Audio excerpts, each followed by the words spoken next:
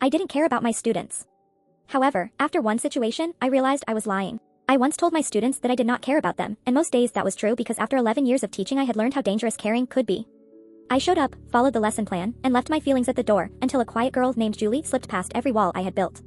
Julie lived for her older brother Andre, and the day before he deployed he cornered me in an empty hallway, hands shaking as he begged me to promise I would protect his sister if anything happened to him, because their aunt was cruel in ways no child should ever know.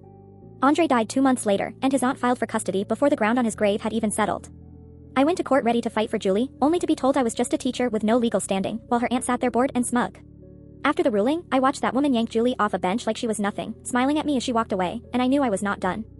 I reported her, I begged agencies to listen, and for 8 months nothing changed, until Julie walked into my classroom one afternoon barely recognizable, bruised, shaking, and desperate. I sent my class to work, took one look at her injuries, and knew this time I would not wait for permission. I filed for emergency guardianship that night. When the aunt stormed into my classroom drunk and violent, screaming about money and dragging Julie by the hair, something in me snapped. I put myself between them, took the hit, and held on until security arrived. Later, Julie whispered that I could lose my job for this, and I told her the truth. Some students are not lessons you teach. Some are promises you keep.